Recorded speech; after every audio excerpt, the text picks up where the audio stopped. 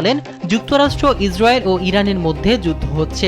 এই তিন দেশের সঙ্গেই ভারতের ঐতিহাসিক ও কৌশলগত সম্পর্ক আছে। এ কারণে তেহরান মনে করে এই যুদ্ধে মধ্যস্থকারী হিসেবে ভারত নিশ্চিতভাবেই ইতিবাচক, কার্যকর ও বিশ্বস্ত ভূমিকা পালন করতে পারে।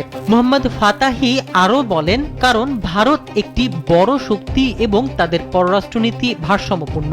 এদিকে আন্তর্জাতিক চাপের মুখে যুক্তরাষ্ট্র ও ইসরায়েল এখন যুদ্ধবিরতি চাইছে। ওয়াশিংটন মধ্যস্থতাকারী হিসেবে পাকিস্তানকে বেছে নিয়ে 15 দফার প্রস্তাব পাঠালেও তেহরান পাকিস্তানের পাশাপাশি ভারতের উপর বিশেষ আস্থা প্রকাশ করছে। 4 সপ্তাহের বেশি সময় ধরে চলা যুদ্ধের অবসানে যুক্তরাষ্ট্রের প্রভাব ইরানের কাছে পৌঁছে দিয়েছে পাকিস্তান। আল জাজিরার প্রতিনিধি জাওয়াইদ জানিয়েছেন, তারা এখন নিশ্চিত যে ট্রাম্পের প্রশাসনের দেয়া একটি নথি পাকিস্তানের পক্ষ থেকে ইরানের কাছে উপস্থাপন করা হয়েছে। এখন এই প্রস্তাবে তেহরানের জবাবের অপেক্ষায় আছে যুক্তরাষ্ট্র। এমনকি আগামী কয়েকদিনের মধ্যে ইসলামাবাদে যুক্তরাষ্ট্র ও ইরানের কর্মকর্তাদের মাঝে একটি বৈঠকের সম্ভাবনা রয়েছে। বৈঠকে কেন্দ্রীয় স্বরাষ্ট্রমন্ত্রী অমিত শাহ সহ বেশ কয়েকজন কেন্দ্রীয় মন্ত্রী উপস্থিত ছিলেন।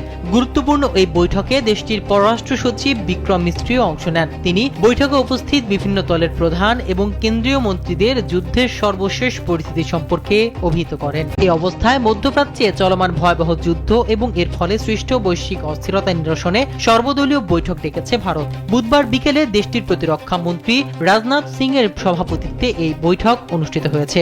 উত্তেজনা হ্রাস করে চলমান ও কূটনীতিকে অগ্রাধিকার দেওয়ার ক্ষেত্রে বৈশ্বিক রাজনীতিতে স্বতন্ত্র অবস্থান আছে ভারতের। ইতোমধ্যে যুক্তরাষ্ট্র ও ইসরায়েলের সঙ্গে যুদ্ধবিরতির জন্য কিছু শর্ত নির্ধারণ করেছে ইরান। শর্তগুলো হলো, গেল 28 ফেব্রুয়ারি যুদ্ধ শুরু হওয়ার পর থেকে এ পর্যন্ত যুক্তরাষ্ট্র ও ইসরায়েলের হামলায় ইরানের যে ক্ষয়ক্ষতি হয়েছে তার ক্ষতিপূরণ দিতে হবে।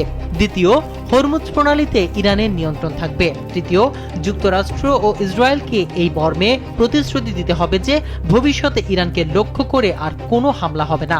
এবং চতুর্থ, ইরানের ক্ষেপণাস্ত্র কর্মসূচির ওপর বিধিনিষেধ আরোপ করা যাবে না।